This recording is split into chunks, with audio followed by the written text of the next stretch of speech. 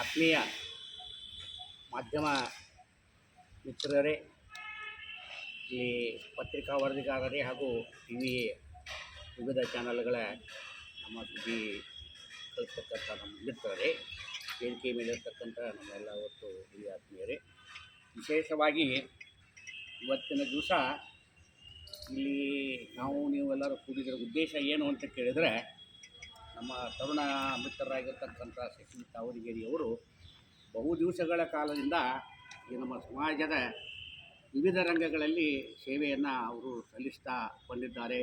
ಬಡ ಮಕ್ಕಳಿಗೆ ಶಿಕ್ಷಣದ ಸೌಲಭ್ಯ ಎಷ್ಟೋ ಮಂದಿ ಒದಗಿಸಿಕೊಟ್ಟಾರೆ. ಹೆಣ್ಣು ಮಕ್ಕಳಿಗೆ ಗೃಹೋದ್ಯೋಗಗಳನ್ನು ನಡೆಸಲಿಕ್ಕೆ, ಕೆಲವರಿಗೆ ಈ ಆರೋಗ್ಯದ ಬಗ್ಗೆ ಕೆಲವು ತಮ್ಮ ಶಕ್ತಿದ್ದಷ್ಟು ಅವರು ಸಹಾಯ ಸಹಕಾರಗಳನ್ನು ಮಾಡ್ಕೋತೇ ಬಂದಿದ್ದಾರೆ. ನಮಗೂ ಅವರಿಗೆ ಭಾಳ ಒಂದು ಆತ್ಮೀಯ ಸಂಬಂಧ. ಅವ್ರಿಗೊಂದು ಸಲಹೆ ಕೊಟ್ಟೆ, ಇಷ್ಟೆಲ್ಲ ಮಾಡಿರಪ್ಪ, ಅದರ ಆಧ್ಯಾತ್ಮಿಕ ಜೀವನದಲ್ಲಿ ನಿಮ್ಮದು ಸೇವೆ ಏನೂ ಮುಟ್ಟಿಲ್ಲ, ಸ್ವಲ್ಪ ಅದನ್ನು ಏನಾದರೂ ಈ ಕಡೆಗೆ ಒಂದು ಲಕ್ಷ ವಹಿಸಿ ಇದೊಂದು ಕಾರ್ಯಕ್ರಮ ನಡೆಸ್ಕೊಡಿ ಅಂತಂದೆ. ನಾನು ಯಾರು ಏನು ಮಾಡೋಣ್ರಿ ಅಂದರು. ಇದು 2 ವರ್ಷಗಳಾಗಾಯ್ತು. ನಮ್ಮದು ಅವ್ರಿಗೂ ಒಂದು ಪ್ಲ್ಯಾನ್ ಇತ್ತು. ಮುಖ್ಯವಾಗಿ ನಮ್ಮ ವಿಜಯಪುರ ನಗರದಲ್ಲಿ ಸಮಾಜದ ಎಲ್ಲ ಭಕ್ತರಿಗೆ ಮತ್ತು ಆಸಕ್ತಿ ಇದ್ದವರಿಗೆ ಒಂದು ಈ ಜ್ಞಾನ ಸತ್ರದ ಮುಖಾಂತರ ಒಬ್ಬ ಒಳ್ಳೆಯ ವಿಶೇಷವಾಗಿರ್ತಕ್ಕಂಥ ಪಂಡಿತರನ್ನು ಕರೆಸಿ ಒಂದು ಈ ಜ್ಞಾನ ಸತ್ತ ಅಂದರೆ ಪ್ರವಚನ ಅಂತ ಕರಿತೀವಿ ನಾವು. ಈ ಪ್ರವಚನದ ಮುಖಾಂತರವಾಗಿ ಈ ಅಧ್ಯಾತ್ಮದ ಒಂದು ಸಂದೇಶವನ್ನು ಮನೆ ಮನೆಗೆ ಮುಟ್ಟಿಸಬೇಕಾಗಿರ್ತಕ್ಕಂಥ ಒಂದೇ ಒಂದು ಉದ್ದೇಶದಿಂದ ನಾವು ಈ ವಿಪ್ರ ಸಮಿತಿಯ ಅಧ್ಯಕ್ಷರಾಗಿರ್ತಕ್ಕಂಥ ನಮ್ಮ ಶಶಿ ತಾವರಿಗೇರಿ, ನಮ್ಮ ಡಾಕ್ಟರ್ ರವಿ ಜಾಗೀರ್ದಾರ್ ಇವರ ಒಂದು ಸತತ ಪ್ರಯತ್ನದಿಂದ ಇವತ್ತು ಒಂದು ಕಾರ್ಯಕ್ರಮ ಒಂದು ರೂಪಕ್ಕೆ ಬಂದದ್ದು. ವಿಶೇಷವಾಗಿ ನಮ್ಮ ವಿಜಯಪುರ ನಗರದ ಬಾಗಲಕೋಟೆ ರಸ್ತೆಗೆ ಇಲ್ಲಿರ್ತಕ್ಕಂಥ ಪಿ ಡಿ ಹೈಸ್ಕೂಲ್ ಎದುರಿಗೆ ಏನು ಎಸ್ ಪಿ ಬಂಗಲೆ ಮಕ್ಕಳದ ನಮ್ಮ ಕೃಷ್ಣ ವಾಜರಾಜ ಮಠ ಅಂತದ. ಅಲ್ಲಿ ಒಂದು ಕಲ್ಯಾಣ ಮಂಟಪ ತಾವೆಲ್ಲ ನೋಡಿದ್ದೀರಿ. ಪೇಜಾವರ ಮಠ ಸ್ವಾಮಿಗಳು ಬಂದಾಗ ಸಾಕಷ್ಟು ಜನ ತಾವು ಹೋಗಿದ್ದೀರಿ. ಅಲ್ಲಿ ನಾವು ಸ್ಥಳಾವಕಾಶ ಕೇಳ್ಕೊಂಡಾಗ ಅವರು ನಮಗೆ ಸ್ಥಳಾವಕಾಶವನ್ನು ಮಾಡಿಕೊಟ್ಟಿದ್ದಾರೆ. ಅಲ್ಲಿ ನಾವು ಒಂದು ಈ ವಿಜಯಪುರ ನಗರದಲ್ಲೇನೂ ಸಾಕಷ್ಟು ಜನ ಪಂಡಿತರಿದ್ದಾರೆ. ಅವರು ಸ್ವತಃ ಮಂತ್ರಾಲಯಕ್ಕೆ ಹೋಗಿದ್ದರು. ನಮ್ಮ ತಾವರಿಗೇರಿಯವರು ಸುಮಾರು ಒಂದು 15 ದಿವಸದಿಂದ ಒಂದು 9 ದಿವಸಗಳ ಕಾಲ ವಿಶೇಷವಾಗಿರ್ತಕ್ಕಂಥ ಸೇವೆಯನ್ನು ಸಲ್ಲಿಸಿ ಆ ಮಠದ ಸ್ವಾಮಿಗಳಿಂದ ಅನುಗ್ರಹ ಪಡೆದುಕೊಂಡು ಅವರ ಸಲಹೆ ಪಡೆದುಕೊಂಡು ಬರಬೇಕಂತ ಮಾಡಿದರು. ಅದು ಸ್ವಲ್ಪ ಯಾಕೋ ಸ್ವಾಮಿಗಳು ಮಂತ್ರಾಲಯದಲ್ಲಿ ಇರಲೇ ಇಲ್ಲ. 9 ದಿವಸಗಳ ಕಾಲ ಇದ್ದರೂ ಕೂಡ ಸ್ವಾಮಿಗಳು ಬರಲಿಲ್ಲ, ಸ್ವಾಮಿಗಳು ಭೇಟಿ ಆಗಲಿಲ್ಲ. ಆದರೂ ತಾವು ಸ್ವಂತ ನಿರ್ಣಯವನ್ನು ತೆಗೆದುಕೊಂಡು ಅಲ್ಲೇ ಭಾಳ ಜನರಿಂದ ನಮ್ಮ ವಿಶ್ವನಾಥ್ ಕುಲಕರ್ಣಿ ಅಂಥವ್ರ ಬಾಯಿಂದ ಕೇಳಿಕೊಂಡು ಮೈಸೂರಲ್ಲಿ ಒಬ್ಬರು ಭಾಳ ವಿಶಿಷ್ಟವಾಗಿರ್ತಕ್ಕಂಥ ಆಚಾರ್ಯರಿದ್ದಾರೆ, ಅವರ ಬಗ್ಗೆ ಸ್ವಲ್ಪ ಮಾಹಿತಿಯನ್ನು ಒದಗಿಸಿದರು. ನಮ್ಮ ಬಂದು ಹೇಳಿದರು, ಏನು ಅಡ್ಡಿ ಇಲ್ಲ, ಅವ್ರನ್ನ ಕರೆಸೋಣ ಅಂತೇಳಿ ನಾವೆಲ್ಲರೂ ಕೂಡ ನಿರ್ಧಾರ ಮಾಡಿದ್ದೀವಿ. ಅವರು ಪಂಡಿತ ಪೂಜ್ಯ ಶ್ರೀ ಪಾದರಾಯಣಾಚಾರ್ಯ ಮೈಸೂರಿವರು ಪಂಡಿತರು. ಅವರು ತಮ್ಮ ಬಾಲ್ಯದಿಂದಲೂ ಕೂಡ ಈ ತರ್ಕ ಶಾಸ್ತ್ರ, ಉಪನಿಷತ್ತು, ಭಾಗವತ ಮೊದಲಾದ ವಿದ್ಯೆಗಳಲ್ಲಿ ಪ್ರವೀಣರಾಗಿರ್ತಕ್ಕಂಥವರು. ಬಹುಶಃ ವಿಜಯಪುರ ನಗರದಲ್ಲಿ ಅವರ ಒಂದು ಈ ಪ್ರವಚನ ಕಾರ್ಯಕ್ರಮ ನಡೀತಾ ಇರೋದು ಇದೇ ಮೊದಲೇ ಸಲ ಇದೆ. ಈ ಒಂದು ಕಾರ್ಯಕ್ರಮವನ್ನು ಇಲ್ಲಿ ನಾವು ಹಮ್ಮಿಕೊಂಡದ್ದಾಗಿದೆ. ಈ ಕಾರ್ಯಕ್ರಮ ಇದೇ ತಿಂಗಳ ಫೆಬ್ರವರಿ ತಿಂಗಳ 19ನೇ ತಾರೀಕಿನಿಂದ ಶುರುವಾಗ್ತದೆ. 25ನೇ ತಾರೀಕಿಗೆ ನಾವು ಮಂಗಳ ಮುಗಿಸ್ತೀವಿ. 24ಕ್ಕೆ ಭಾರತ ಹುಣ್ಣಿಮೆದ ಮರುದಿವಸ 25 ರವಿವಾರ ಆಗ್ತದೆ. ಅವತ್ತಿನ ದಿವಸನೇ ಒಂದು ಸಾಮಾನ್ಯವಾಗಿ ಈ ಅವಧಿಯಲ್ಲಿ ಏನು ಹೇಳಬೇಕು, ಸ್ವಲ್ಪ ನಾವು ವಿಶೇಷವಾಗಿ ಹಿರಿಯರಿಂದ ಕೇಳಿದಾಗ ರಾಮಾಯಣ ಮಹಾಭಾರತ ಇವೆಲ್ಲ ನಡೀತಿರ್ತವೆ. ಇವಕ್ಕೆಲ್ಲ ಮೂಲ ತಲಹದಿಯಾಗಿರ್ತಕ್ಕಂಥದ್ದು ಭಾಗವತ. ತಮ್ಮೆಲ್ಲರಿಗೂ ಗೊತ್ತದ ಭಾಗವತ ಅಂದರೆ ಏನಂದರೆ, ಶ್ರೀಕೃಷ್ಣ ವಿಷ್ಣು ದೇವರು ಭೂಮಿಯ ಮೇಲೆ 10 ಅವತಾರಗಳನ್ನು ತೊಟ್ಟರು. ಈ ಭೂಮಿಯ ಮೇಲೆ ಯಾವಾಗ ಪಾಪಗಳು, ಯಾವಾಗ ಧರ್ಮದ ಮೇಲೆ ಅನಾಚಾರ, ಅತ್ಯಾಚಾರ, ದುಷ್ಟಕೃತ್ಯಗಳು, ರಾಕ್ಷಸರು, ಕಳ್ಳಕಾಕರ ಭಯ, ಈ ಸಾಮಾನ್ಯ ಜನತೆಯ ಮೇಲೆ ಯಾವಾಗ ದಾಳಿ ಮಾಡಲಿಕ್ಕತ್ತಾಗ ನಾರದರು ಹೋಗಿ ಆ ರುದ್ರದೇವರಿಗೆ ಈ ಒಂದು ಸಂದೇಶವನ್ನು ಮುಟ್ಟಿಸಿದರು. ಪುರಾಣದಲ್ಲಿ ಬಂದಿರತಕ್ಕಂಥ ಸನ್ನಿವೇಶ. ಆ ರುದ್ರದೇವರು ವಿಷ್ಣುವಿಗೆ ಒಂದು ಹೇಳಿದರು, ನೋಡಪ್ಪ, ಮತ್ತು ಇನ್ನು ಭೂಮಿ ಮೇಲೆ ಸಾಮಾನ್ಯ ಬಂದರಿಗೆ ಅವರಿಗೆ ಒಂದು ರಕ್ಷಣೆ ಮಾಡಬೇಕಾಗಿದ್ದು ನಮ್ಮ ದೈವದ ಒಂದು ಲಕ್ಷಣದ.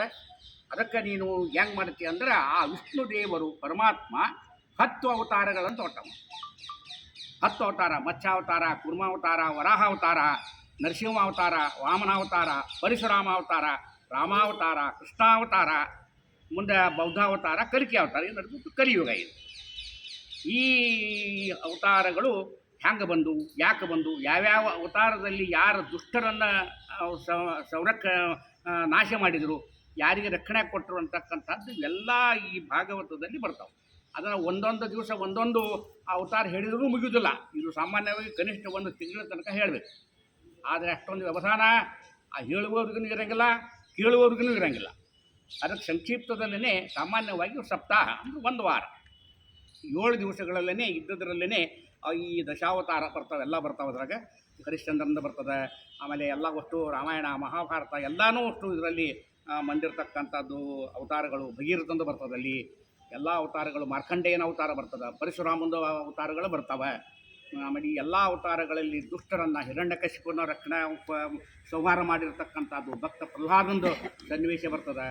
ನರಸಿಂಹ ಅವತಾರ ಕೊಟ್ಟು ಮೊನ್ನೆ ರಾಮಾವತಾರದಲ್ಲಿ ಸ್ವತಃ ರಾವಣನ ಧ್ವಂಸ ಮಾಡಿದ್ದವದ. ಕೃಷ್ಣಾವತಾರದಲ್ಲಿ ಇದು ಕೊಟ್ಟು ಇಡೀ ದುರ್ಯೋಧನರ ವಂಶವನ್ನೇ, ಕೌರವ ವಂಶವನ್ನೇ ನಾಶ ಮಾಡಿರ್ತಕ್ಕಂಥ ಉದಾಹರಣೆಗಳು ನಮ್ಮ ಕಣ್ಣು ಮುಂದೆ ನಡೆದಿದ್ದಾವೆ. ಮಹಾಭಾರತದ ಯುದ್ಧ ಸುಮಾರು ಕುರುಕ್ಷೇತ್ರ ಯುದ್ಧ ಅಂತೇನು ನಾವು ಕರಿತೀವಿ. ನಮ್ಮ ಪುರಾಣಕಾರರು, ಒಳ್ಳೆಯ ಪಂಡಿತರು ಹೇಳಿದ ಪ್ರಕಾರ ಸುಮಾರು ಇವತ್ತಿಗೆ 5,000 ವರ್ಷಗಳ ಹಿಂದೆ ಈ ಕುರುಕ್ಷೇತ್ರ ಯುದ್ಧ ನಡೆಯಿತು ಅಂತ ಹೇಳಿ ಪುರಾಣಗಳು ಬಿಂಬಿಸ್ತಾವೆ. ನಾವು ಇದಕ್ಕಿಂತ ಹಿಂದೆ 50,000 ವರ್ಷಗಳ ಹಿಂದೆ ರಾಮಾಯಣ ನಡೀತು ನಮ್ಮಲ್ಲಿ. ಹೀಗಾಗಿ ಇದು ಸುಮಾರು 1 ಲಕ್ಷ, ಯಾವಾಗ ಭೂಮಿ ಉತ್ಪತ್ತಿ ಆಯಿತು ಅವಾಗಿನಿಂದ ಇವತ್ತಿನವರೆಗೆ ಈ 10 ಅವತಾರಗಳ ಬಗ್ಗೆ ಕೂಡಿಕೊಂಡು ಹೇಳತಕ್ಕಂಥ ಜ್ಞಾನಸತ್ರ ಕಾರ್ಯಕ್ರಮವೇ ಭಾಗವತ. ಈ ಭಾಗವತದ ಸನ್ನಿವೇಶ ಸಾರಾಂಶಗಳನ್ನು ಆ ಪೂಜ್ಯ ಆಚಾರ್ಯರು ಅಲ್ಲಿ ಬಂದಂಥ ಭಕ್ತಾದಿಗಳಿಗೆ ತಿಳಿಸಿ ಹೇಳಿರ್ತಾರೆ. ದಿನಾಲೂ ಸಾಯಂಕಾಲ 6 ಗಂಟೆಗೆ ಈ ಪ್ರವಚನದ ಕಾರ್ಯಕ್ರಮವನ್ನು ನಾವೆಲ್ಲರೂ ಕೂಡ ಏರ್ಪಡಿಸಿದ್ದೀವಿ. ಆ ಕಾರ್ಯಕ್ರಮಕ್ಕೆ ಆಗಮಿಸಿರ್ತಕ್ಕಂಥ ಎಲ್ಲ ಭಕ್ತಾದಿಗಳಿಗೆ, ಅಭಿಮಾನಿಗಳಿಗೆ ಆ ಪ್ರವಚನ ಮುಗಿದ ಮೇಲೆ ಮನೆಗೆ ಹೋಗುವ ಕಾಲಕ್ಕೆ ಎಲ್ಲರಿಗೂ ಒಂದು ಕಪ್ ಹಾಲು, ಒಂದು ಬಾಳೆಹಣ್ಣನ್ನು ಕೊಡ್ತಕ್ಕಂಥ ವ್ಯವಸ್ಥೆಯನ್ನು ಮಾಡಿದ್ದೀವಿ. ಕೊನೆಯ ದಿವಸ 25ನೇ ತಾರೀಕಿಗೆ ಏನು ಒಂದು ಮಹಾಮಂಗಳದ ಮಂಗಳ ಅಂದಾಗ ಬಂದಿರತಕ್ಕಂಥ ಎಲ್ಲರಿಗೂ ನಾವು ಒಂದು ಪ್ರಸಾದದ ವ್ಯವಸ್ಥೆ ಮಾಡಬೇಕಾಗ್ತದೆ. ಅಲ್ಲಿ ಎಲ್ಲರಿಗೂ ಅವತ್ತು ಮಂಗಳ ಮುಂಜಾನೆ 9ರಿಂದ 10 ಗಂಟೆಗೆ ಮಂಗಳ ಮುಗಿಸಿ ಅಲ್ಲಿ ಕೃಷ್ಣದೇವರಿಗೆ ವಿಶೇಷವಾಗಿರ್ತಕ್ಕಂಥ ಪೂಜೆ ಪುನಸ್ಕಾರಗಳನ್ನು ಮಾಡಿ ಅಲ್ಲಿ ಬಂದಿರತಕ್ಕಂಥ ಎಲ್ಲ ಜನರಿಗೂ ನಾವು ಒಂದು ಉಚಿತ ಪ್ರಸಾದ ಊಟದ ವ್ಯವಸ್ಥೆಯನ್ನು ನಾವು ಮಾಡಿದ್ದೀವಿ.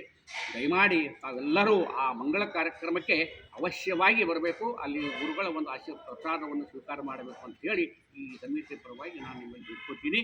ವಿಶೇಷವಾಗಿ ಅಂದರೆ ಈ ಕಾರ್ಯಕ್ರಮ ಏನು ನಡೀತದೆ, ದಿನಾಲು ಸಾಯಂಕಾಲ ತಾವು ಯಾರಾದರೂ ಒಬ್ಬರು ಬಂದು ಅಲ್ಲಿ ರಿಪೋರ್ಟ್ ತೆಗೆದುಕೊಂಡು ಹೋದರೆ ಚಲೋ.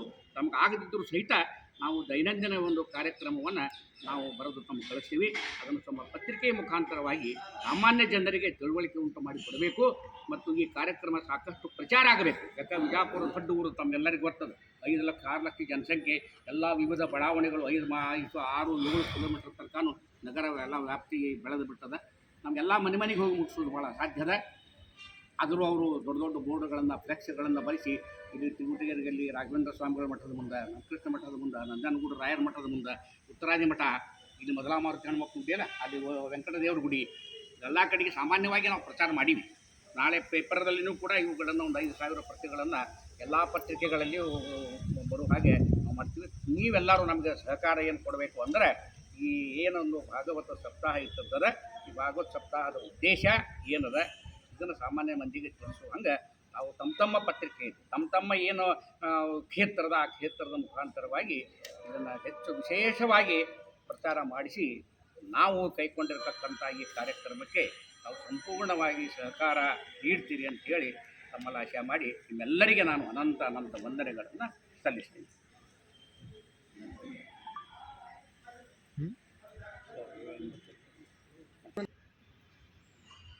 ತಾವರಗೆರೆ ಕುಟುಂಬ ಬಹಳಷ್ಟು ಕೊಡುಗೆಯನ್ನು ಮೊದಲಿಂದು ನೀಡ್ತಾನೆ ಬಂದದ್ದು. ಶಶಿ ತಾವರಗೆರೆಯವರ ತಂದೆ ಶ್ರೀನಿವಾಸ್ ತಾವರಗೆರೆಯವರು ರಂಗಭೂಮಿಯ ಭೀಷ್ಮ ಅಂಥೇಳಿ ಬೆಂಗಳೂರಲ್ಲಿ ಒಂದು ತಮ್ಮದೇ ಆದ ಛಾಪು ಮೂಡಿಸಿತ್ತು. ಅದೇ ರೀತಿ ಇವತ್ತು ತಾವರಗೆರೆ ಕುಟುಂಬದವರೆಲ್ಲರೂ ನಮ್ಮ ಸಮಾಜಕ್ಕಾಗಿ ಒಂದಿಲ್ಲ ಒಂದು ಕಾರ್ಯಕ್ರಮಗಳನ್ನು ಹೊಂದ್ಕೊತ ಬರ್ತದೆ. ನಿಜವಾದಂಥ ಎಲೆಂಬರಿ ಕಾಯಿ ಹೇಗಿರ್ತದೆ ಹಾಗೂ ಒಂದು ಸಮಾಜ ಸೇವೆ ಮಾಡುವಲ್ಲಿ ತಾವರಗೆರೆ ಕುಟುಂಬ ಯಾವತ್ತಿಂದಲೂ ಮಾಡ್ಕೊತ ಬಂದದ ಅನ್ನುವಂಥ ಮಾತು ಈ ಸಂದರ್ಭದಲ್ಲಿ ಹೇಳ್ತಾ, ವಿಪ್ರ ಸಮಾಜದ ಅಧ್ಯಕ್ಷರಾದಂಥ ಶಶಿ ತಾವರಗೆರೆಯವರು ಅದ್ಭುತವಾದಂಥ ಒಂದು ಕಾರ್ಯಕ್ರಮವನ್ನು ಹಮ್ಮಿಕೊಂಡಿದ್ದಾರೆ. ಅದು ಭಾಗವತ್ ಪುರಾಣ, ಅಂತಿಂಥ ಪುರಾಣ. ಈ ಸೃಷ್ಟಿ ಮಾಡುವಾಗ ಭಗವಂತ ಹೇಳ್ತಾನೆ ಬ್ರಹ್ಮನಿಗೆ, ನೀನು ಭಾಗವತ್ ರಚಿಸು, ಭಾಗವತ್ ಪುರಾಣ ಬರೀ. ಬ್ರಹ್ಮದೇವರು ಹೇಳ್ತಾರ ತಮ್ಮ ಮಗನಿಗೆ ನಾರದ ಹೇಳಿ 4,000 ಶ್ಲೋಕಗಳನ್ನು ಭಾಗವತ. ನಾರದರು ವ್ಯಾಸ ಮಹರ್ಷಿಗಳಿಂದ 14,000 ಶ್ಲೋಕಗಳನ್ನು ಬರೆಸಿ 18,000 ಶ್ಲೋಕಗಳನ್ನು ಮಹಾಭಾರತದಲ್ಲಿ ರಚಿಸಿದಂಥ ಒಂದು ಅದ್ಭುತವಾದಂಥ ಗ್ರಂಥ ಮತ್ತು ಪುರಾಣ. ಇದನ್ನು ಇವತ್ತಿನ ದಿವಸ 2024ರಲ್ಲಿ ಕೃಷ್ಣ ಮಠದಲ್ಲಿ ಆಚರಿಸಿಕೊಳ್ಳುವಂಥದ್ದು ಬಹಳ ಎಲ್ಲರಿಗೂ ಸಂತಸ್ತನಂಥದ್ದು. ಇದು ನಮ್ಮ ಹಿಂದೂ ಸಮಾಜದ ಸೇವೆ. ಹಿಂದೂಗಳೆಲ್ಲ ಒಂದು ನಾವು ಅದೃಷ್ಟರು ಅನ್ನುವಂಥದ್ದು ಅಂದರೆ ತಪ್ಪಿಲ್ಲ. ಅದರಲ್ಲಿ ಅನೇಕ ವಿದ್ವಾಂಸರು ಮತ್ತು ವಿದ್ವಾಂಡರು ಎಲ್ಲ ಭಾಗವತ್ ಪುರಾಣ ಬರ್ತಾರೆ. ವಿಜಯಪುರದಲ್ಲಿರುವಂಥ ಎಲ್ಲ ಹಿಂದೂ ಧರ್ಮೀಯರು ಈ ಕಾರ್ಯಕ್ರಮದಲ್ಲಿ ಭಾಗವಹಿಸಿ ಇದರ ಫಲಾನುಭವಿ ಆಗಬೇಕು. ಮತ್ತು ಶಶಿ ತಾವರಗೆಯವರ ಒಬ್ಬರೇ ಇಲ್ಲ, ಭಾಳಷ್ಟು ನಾವೆಲ್ಲ ಶಶಿ ತಾವರಗೆರೆಯಾಗಿ ಇದರೊಳಗೆ ಕಾರ್ಯನಿರ್ವಹಿಸಬೇಕಾಗ್ತದೆ. ಆದ್ದರಿಂದ ಈ ಒಂದು ಕಾರ್ಯಕ್ರಮ ಹಾಕಿಕೊಂಡಿದ್ದರಿಂದ ಶಶಿ ತಾವರೆಯವರಿಗೆ ಸಮಸ್ತ ಸಮಾಜದ ಪರವಾಗಿ ಧನ್ಯವಾದಗಳನ್ನು ಸಲ್ಲಿಸುತ್ತಾ, ಅಲ್ಲದೆ ಸಮಸ್ತದ ಎಲ್ಲ ಪ್ರಮುಖರನ್ನು ಇನ್ನೊಮ್ಮೆ ಪೂರ್ವಭಾವಿ ಸಭೆಯಾಗಿ ಅವರು ಕರಿಬೇಕು. ಎಲ್ಲರಿಗೂ ಒಂದು ಜವಾಬ್ದಾರಿ ಕೊಡಬೇಕು. ನಮ್ಮಲ್ಲಿ ವೇದಿಕೆ ಇರುವಂಥ ಎಲ್ಲರೂ ಕೂಡ ನಮ್ಮ ಜವಾಬ್ದಾರಿಯಿಂದ ಈ ಕಾರ್ಯಕ್ರಮ ಮಂಗಳಾಗುವವರೆಗೂ ಶ್ರಮಿಸ್ತೇವೆ ಅನ್ನುವಂಥ ಮಾತನ್ನು